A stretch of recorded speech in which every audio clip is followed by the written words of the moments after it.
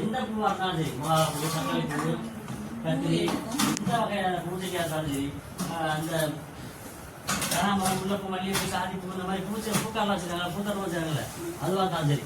இந்த பூ உதிர்றது அளவுக்கு இந்த நாசிலாம் பெருசா இருக்குதுங்க. நாசில் பெருசா இருக்கிற மாதிரிலாம் இருக்குது. அந்த மாதிரி இங்க வாங்கி அடிச்சுக்கலாம்.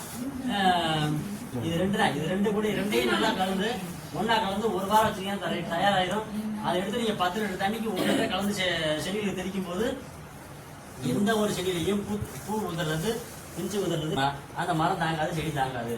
அதனுடைய தாங்கத்துக்கு தகுந்த மாதிரி வச்சுட்டு மிச்சத்தை ஊற்று விட்டுரும். அளவுக்கு அதிகமாக உதிரும் போது நாம இது தெளிக்கிறோம்ல, அது வந்து அது தாங்க செஞ்சு கொஞ்சம் அதிகப்படுத்தி கொடுக்கும். அப்போ அளவுக்கு அதிகமாக உதறது கரைஞ்சு அதுக்கு தேவையான அளவுக்கு பூவை தேக்கி வச்சுக்கணும், காய்கறி கனிகளை கொடுத்துரும். சரிங்களா? அதுக்காக இந்த தேவை கிடைச்சது. இதில் பார்த்தீங்கன்னா இதில் புளிச்ச மோர் இருக்குது. இதை தேங்காய் பால் எடுத்து வச்சுருக்கிறாங்க.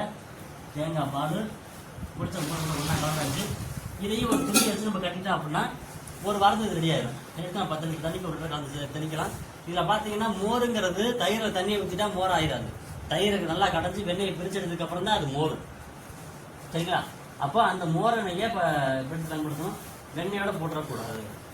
எந்த ஒரு செடியில் பூ போட்டுனாலும் பிடிச்சி போட்டுனாலும் நீங்கள் கடையில் போயிட்டு மருந்து வாங்கணும்னு வச்சுக்கோங்களேன், ஒன்றும் ஆகாது. அந்த ஒரு ஆயில் என்ன சொல்கிறாங்க அப்படின்னா, ஒரு தடவை நம்ம கெமிக்கல் மருந்து தெளிக்கிறோம்ல, ஸ்ப்ரே பண்ணுறோம்ல கெமிக்கல் மருந்து, ஒரு தடவை அடிக்கிற மருந்து அந்த இடத்துல நியூட்ரல் ஆகுறதுக்கு, அந்த இடத்துல இல்லாமல் போகிறதுக்கு 5 வருஷம் ஆகும். நாம் என்ன செய்யறோம்னா, ஒரு கத்திரிக்காய் பூத்தருந்து அது காயாத்துக்குள்ள 5 மருந்து அடிச்சு அதை அப்பயே அடிச்சு குழம்புல போட்டு சாப்பிட்றோம். அதனால தான் இந்த கிட்னி ஃபெயிலியர் வருது, சிக்கத்தில் நெஞ்சடைப்பு வருது, முடி கொட்டுறது, சீக்கிரம் வயசாகிறது, கேன்சர் வருது. இந்த மாதிரி படிச்சது எல்லாமே பார்த்தீங்கன்னா நம்ம பயன்படுத்தி இந்த ரசாயன பூச்சிகள் மருந்துனாலே சித்திராலயம். சரிங்களா? அப்போ நாம் வந்து அதுக்கு பதிலாக இந்த இயற்கை முறையில் ரொம்ப தேவை கிடையாது. இது தேங்காய் பாலும் பிடிச்ச மோர் தான். தேங்காய் விலை அதிகமாக இருக்குது அப்படின்னா உசிலாந்தலை இருக்குது இல்லை, அரைச்சு தேங்காய் பாலை போட வேண்டாம். தேங்காய் விலை அதிகம் அப்படின்னா உசிலாந்தலையை அரைச்சு அதுக்கு சரிக்கு சமமாக மோரை ஊற்றிக்கிட்டு நீங்கள் வச்சுருந்தீங்கன்னா 7 நாள் தயாராகிடும். இதை எடுத்து நீங்கள் செடி எடுத்துருங்க. செடியுடைய தன்மை இந்த வெயில் காலத்தில் மிளகாய் செஞ்சா ஏழை சூடுமில்ல, கத்தி செடி ஏழை சூடுமில்ல, அந்த ஏழை சூடுறதுல தெரிஞ்சுங்கன்னா 2-3 நாளில் நல்லா செழிப்பாயிடும். சரிங்களா? அதெல்லாம் தேவை வச்சு இந்த மாதிரிலாம் பயன்படுத்தலாம்.